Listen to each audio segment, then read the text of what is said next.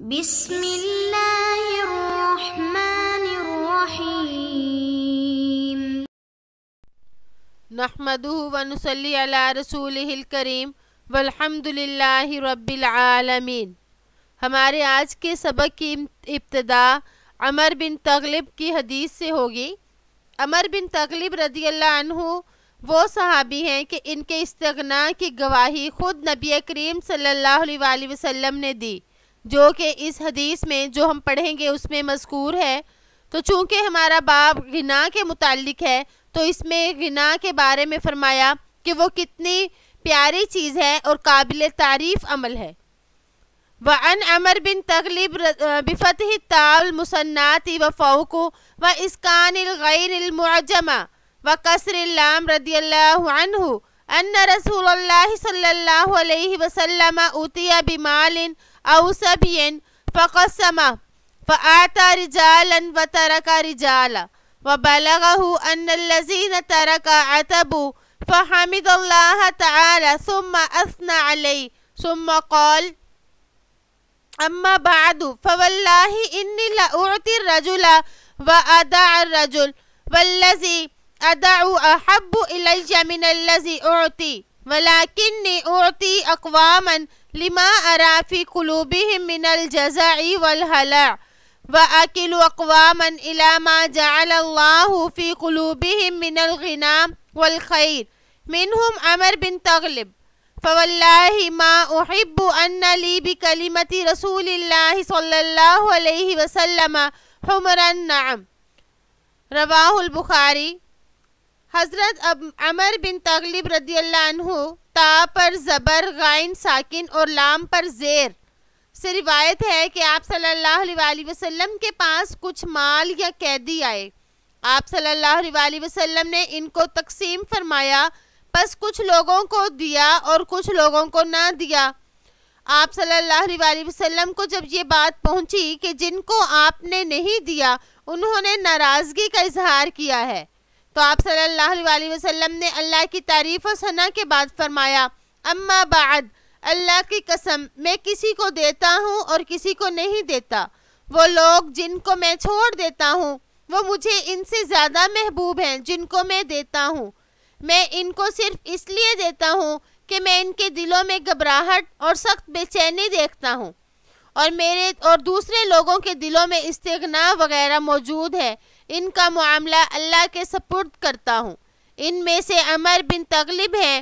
عمر بن تغلب رضی اللہ عنہ فرماتے ہیں کہ خدا کی قسم میں رسول اللہ صلی اللہ علیہ وسلم کی اس بات کے مقابلے میں سرخ اونٹ بھی لینا پسند نہیں کروں گا۔ الحلع شدید گھبراہٹ کو کہتے ہیں اور بعض نے بے قراری کا ترجمہ بھی کیا ہے۔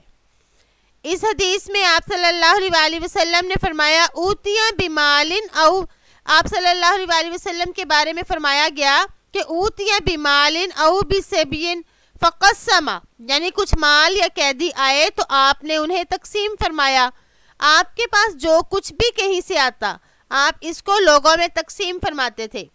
اور مختلف لوگوں کے پہلو دیکھ کر مثلا یہ دیکھتے کہ ان میں سے کون زیادہ ضرورت مند ہے تب اس کو دے دیتے، یا کبھی تالیف قلب کے لیے بھی کسی کو دے دیتے، یعنی جن سے یہ امید ہوتی کہ یہ میں اگر ان کو دے دوں تو وہ پکے مسلمان بن جائیں گے، یا ایسے لوگوں کو جن کے بارے میں آپ کو یہ معلوم ہوتا کہ اگر نہ دیا جائے تو یہ بے قراری اور کمزوری کا مظاہرہ کریں گے، تو اس لیے آپ ان کو دے دیتے۔ اور پھر فرمایا منہم عمر بن تغلب، کہ عمر بن تغلب یہ بھی انہی میں سے ہیں جن کو میں اس وجہ سے نہیں دیتا کہ ان کے دلوں میں اللہ تعالیٰ نے قناعت رکھی ہوئی ہے۔ تو اس جملے میں حضرت عمر بن تغلب رضی اللہ تعالیٰ عنہ کی بہت فضیلت اور اعزاز کو بیان کیا گیا کہ نبی کریم صلی اللہ علیہ وسلم نے ان کے دل کو قناعت والا فرمایا، اور انہوں نے فرمایا، حضرت راوی حدیث فرماتے ہیں کہ مجھے یہ آپ صلی اللہ علیہ وسلم کا جملہ سرخ اونٹوں سے بھی زیادہ محبوب تھا، اور سرخ اونٹ عرب میں سب سے زیادہ قیمتی سمجھا جاتا تھا۔ یہ اونٹ وغیرہ تو دنیا میں ہی ختم ہو جائیں گے، تو فرمایا کہ جو آپ صلی اللہ علیہ وسلم کی یہ تعریف ہے یہ تو انسان کو جنت میں لے جائے گی، کیونکہ آپ صلی اللہ علیہ وسلم نے جس طرح سے تعریف فرمائی تو گویا کہ یہ اللہ تعالیٰ کی بھی پسندیدگی والا عمل تھا. تو یہ غنا کی وجہ جو ہے یہ جنت بنے گی کہ جس شخص کے دل میں غنا ہوگا وہ اللہ کا محبوب بن جائے گا، اور جو اللہ کا محبوب ہوتا ہے اللہ اسے اپنے پیاری جگہ یعنی جنت عطا فرماتے ہیں. وعن حکیم بن حزام رضی اللہ عنہ ان النبی صلی اللہ علیہ وسلم قال الید العلیٰ خیر من الید السفلی وابدأ بمن تعول وخیر الصدقۃ عن ظاہر غنا ومن یستعفف یعفہ اللہ ومن یستغنی یغنیہ اللہ. متفق علیہ وہذا لفظ البخاری ولفظ مسلم اخصر. حضرت حکیم بن حزام رضی اللہ عنہ سے روایت ہے کہ نبی کریم صلی اللہ علیہ وسلم نے ارشاد فرمایا کہ اوپر والا ہاتھ نیچے والے ہاتھ سے بہتر ہے. خرچ کرنے کی ابتدا ان لوگوں سے کرو جن کی کفالت تمہارے ذمے ہے، اور بہترین صدقہ وہ ہے جو اپنی ضروریات پوری کرنے کے بعد ہو، اور جو سوال سے بچنا چاہے اللہ اسے بچا لیتا ہے، اور جو لوگوں سے بے نیازی اختیار کرے اللہ جل شانہ اسے بے نیاز کر دیتے ہیں. اور یہ الفاظ بخاری کے ہیں، مسلم میں الفاظ مختصر ہیں. اس حدیث مبارکہ میں فرمایا خیر الصدقۃ ما کان عن ظاہر غنا، یعنی بہترین صدقہ وہ ہے جو اپنی ضرورت کے بعد ہو. مطلب یہ کہ صدقہ اتنا دیا جائے کہ اہل و عیال کے لیے پہلے کافی ہو، ان کو کافی ہونے کے بعد جو بچ جائے پھر ان کو صدقہ دیا جائے. اس کے بارے میں محدثین یہ فرماتے ہیں کہ اگر آدمی میں اللہ کی ذات پر توکل کامل ہو تو اب وہ سب کچھ خرچ کر سکتا ہے. جیسے کہ حضرت ابو بکر رضی اللہ عنہ نے اپنا تمام مال اللہ کے راستے میں دے دیا، اور جب آپ صلی اللہ علیہ وسلم نے پوچھا کہ گھر والوں کے لیے کیا چھوڑا تو انہوں نے فرمایا اللہ اور اس کے رسول کو. اور اگر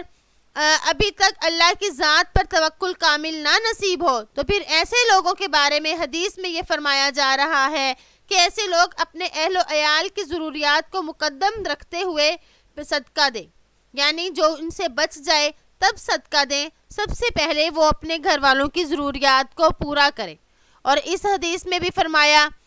کہ جو اللہ تعالیٰ سے غنا کا طالب ہوگا تو اللہ تعالیٰ اس کو غنا عطا فرما دیں گے، یعنی لوگوں سے سوال کرنے سے بچے گا. اگر اس کی یہ نیت ہوگی کہ میں نے انشاءاللہ جو بھی مجھ پر مصیبت پڑی میں نے اللہ ہی سے مانگنا ہے، لوگوں سے میں نے نہیں مانگنا، تو اللہ تعالیٰ پھر اس کے لیے اپنے در کو کھولتے ہیں، اور اللہ تعالیٰ پھر خود ہی اپنی طرف سے ایسا انتظام فرما دیتے ہیں کہ اسے لوگوں کے سامنے ہاتھ پھیلانا ہی نہیں پڑتا، اور وہ اس ذلت سے بچ جاتا ہے. وعن ابی عبد الرحمن معاویہ بن ابی سفیان صخر بن حرب رضی اللہ عنہما قال قال رسول اللہ صلی اللہ علیہ وسلم لا تلحقوا بی المسألة فواللہ لا يسألنی احد منکم شیئا فتخرج له مسألته منی شیئا وانا له کارہ فیبارک له فیما اعطیتہ. حضرت ابو سفیان صخر بن حرب رضی اللہ عنہ سے روایت ہے کہ آپ صلی اللہ علیہ وسلم نے فرمایا سوال کرنے میں اصرار نہ کرو. اللہ کی قسم تم میں سے جو شخص مجھ سے جو کچھ مانگے گا اور میں ناپسندیدگی کے ساتھ اس کو دوں تو اس کو اس مال میں برکت حاصل نہ ہوگی. اس حدیث میں یہ فرمایا جا رہا ہے کہ اگر کسی شخص نے کسی سے لینا ہے تو وہ اس کے ساتھ چمٹ نہ جائے، اس سے اتنی زیادہ الہا اور اصرار نہ کرے کہ اگلا بندہ دل کی ناخوشی سے اس کو دے. اس میں تو آپ صلی اللہ علیہ وسلم نے فرمایا کہ اگر تم مجھ سے اس طرح سے مانگو گے اور میں تمہیں دل کی ناخوشی سے دے دوں تو اس وقت تمہارے لیے برکت نہیں ہوگی. تو ظاہر بات ہے کہ اگر کوئی اس طرح سے ناخوشی کی وجہ سے مال لے لے تو اس میں برکت کیسے آئے گی. تو اس سے معلوم ہوا کہ طیب نفس سے دیے ہوئے مال میں برکت ہوتی ہے، اور اگر کوئی زبردستی کسی سے الہا و اصرار کے ذریعے لے لے گا تو وہ بے برکتہ مال ہوگا. تو اس میں ایک طرح سے مانگنے کا یہ لینے کا ایک طریقہ بتایا گیا کہ اگر کسی کو کوئی سوال کرنا بھی پڑے تو وہ سوال اس طرح سے نہ کرے کہ دینے والے کو مجبور اور پریشان کر دے، بلکہ اس سے مانگے، اور اگر وہ دینا چاہتا ہے، اگر اس کے پاس اتنا مال ہے تو وہ دے دے گا، لیکن اگر وہ نہیں دینا چاہتا تو اسے زبردستی نہ کرے، اس پہ اتنا زیادہ اس کو اپنی باتوں کی وجہ سے پریشان نہ کر دے کہ وہ بیچارہ دینے پر مجبور ہو جائے۔ تو اس لیے فرمایا کہ اس طرح سے نہ مانگا جائے، اس سے تمہاری مراد پوری نہیں ہوگی، بلکہ اس طرح سے مانگا ہوا بے برکتہ ہوگا۔ عن ابی عبد الرحمن عوف بن مالک الاشجعی رضی اللہ عنہ قال كنا عند رسول الله صلى الله عليه وسلم 9 أو 8 أو 7 فقال ألا تبايعون رسول الله وكنا حديث عهد ببيعة فقلنا قد بايعناك يا رسول الله ثم قال ألا تبايعون رسول الله فبسطنا أيدينا وقلنا قد بايعناك يا رسول الله فعلى ما نبايعك قال أن تعبد الله ولا تشرك به شيئا والصلاة الخمس وتطيع أسر كلمة خفية ولا تسأل الناس شيئا فلقد رأيت بعض أولئك النفر يسقط صوت أحدهم فما يسأل أحدا يناوله إياه رواہ مسلم۔ حضرت ابو عبد الرحمن عوف بن مالک رضی اللہ عنہ سے روایت ہے کہ ہم 9 یا 8 یا 7 آدمی آپ صلی اللہ علیہ وسلم کے پاس بیٹھے تھے۔ آپ نے ارشاد فرمایا کیا تم رسول اللہ سے بیعت نہیں کرتے؟ حالانکہ ہم نے تھوڑے ہی عرصے قبل آپ صلی اللہ علیہ وسلم کے ہاتھ میں بیعت کی تھی۔ پس ہم نے کہا یا رسول اللہ ہم آپ سے بیعت ہو چکے ہیں۔ آپ نے ارشاد فرمایا کیا تم رسول اللہ سے بیعت نہیں کرتے؟ پس ہم نے بیعت کے لیے اپنے ہاتھ پھیلا دیے اور ہم نے کہا یا رسول اللہ ہم آپ کی بیعت کر چکے ہیں، پس اب کس چیز کی بیعت آپ سے کریں؟ تو آپ صلی اللہ علیہ وسلم نے ارشاد فرمایا اس بات پر کہ تم اللہ کی عبادت کرو گے، اس کے ساتھ کسی کو شریک نہیں بناؤ گے، 5 نمازیں پڑھو گے، اللہ کی اطاعت کرو گے، اور ایک بات آہستہ سے فرمائی کہ لوگوں سے کسی چیز کا سوال نہیں کرو گے۔ عوف رضی اللہ عنہ بیان کرتے ہیں کہ میں نے ان لوگوں میں سے بعض کو دیکھا کہ اگر ان کا کوڑا زمین پر گر جاتا تو وہ کسی سے اس کو اٹھا کر دینے کا سوال نہ کرتے تھے۔ تو اس میں یہ فرمایا، صحابی یہ فرماتے ہیں کہ آپ صلی اللہ علیہ وسلم نے فرمایا کہ مجھ سے بیعت کر لو، تو ہم نے فرمایا کہ یا رسول اللہ ہم نے بیعت کر لی تھی۔ تو اس میں محدثین یہ فرماتے ہیں کہ اس بیعت سے بیعت لیلۃ العقبہ مراد ہے، یعنی اللہ کے بھی اس وقت جب سب نے بیعت کی تو اس سے مراد وہ ہے۔ پھر جو فرمایا الا ان تعبد اللہ، یعنی ایک مرتبہ چند چیزوں پر بیعت ہوئی ہوگی، اس کے بعد پھر دوبارہ ضرورت ہوئی تو پھر دوبارہ بیعت ہو گئی۔ تو اس سے یہ معلوم ہوا کہ بیعت ہر عبادت کی چیز پر کی جا سکتی ہے۔ یہاں پر اللہ کی وحدانیت اور مکارم اخلاق کی بیعت کی گئی۔ پھر صحابی فرماتے ہیں وَأَسَرَّ كَلِمَةً خَفِيَّةً، یعنی ایک بات آہستہ سے فرمائی۔ تو اس سے پہلے آپ صلی اللہ علیہ وسلم نے وہ باتیں فرمائیں جس میں یہ تھا کہ شرک نہ کیا جائے اور نمازوں وغیرہ کا، اور اس کے بعد جو آپ نے یہ جملہ فرمایا تو اس سے مراد یہ ہے کہ تمہارے اخلاق بھی اچھے ہوں۔ اور صحابہ پر اس کا کیا اثر ہوا کہ وہ کہتے ہیں کہ اگر زمین پر کوڑا بھی گر جاتا تو وہ کسی سے یہ نہ کہتے کہ مجھے اٹھا کر دیں، یعنی اتنا صحابی کسی سے سوال نہیں کرتے۔ تو اس سے یہ بھی معلوم ہوتا ہے کہ جن جائز چیزوں کی بیعت کی جائے اس کا ہر ممکن اہتمام اور اس کا التزام بھی کرنا چاہیے، جیسے کہ یہاں پر صحابہ نے آپ صلی اللہ علیہ وسلم کی بیعت کے بعد اس طرح کا طرز عمل اختیار کیا کہ وہ لوگوں سے سوال کرنے سے بچتے تھے، ان کی مدد جو ہے وہ بلا ضرورت نہیں لیتے تھے۔ وعن ابن عمر رضی اللہ عنہما ان النبی صلی اللہ علیہ وسلم قال لا تزال المسألة بأحدهم حتى يلقى الله تعالى وليس في وجهه مزعة لحم متفق علیہ۔ المزعة بضم المیم و اسکان الزا و بالعین المہملہ القطع۔ حضرت ابن عمر یعنی عبداللہ بن عمر رضی اللہ تعالیٰ عنہ سے روایت ہے کہ انہوں نے فرمایا کہ آپ صلی اللہ علیہ وسلم نے ارشاد فرمایا کہ تم میں سے جو شخص برابر سوال کرتا رہے گا تو قیامت کے دن جب اللہ سے ملاقات کرے گا تو اس کے چہرے پر گوشت کی بوٹی نہیں ہوگی۔ مضغہ جیم کے پیش اور زا کے سکون اور عین محملہ کے ساتھ ٹکڑے کو کہتے ہیں۔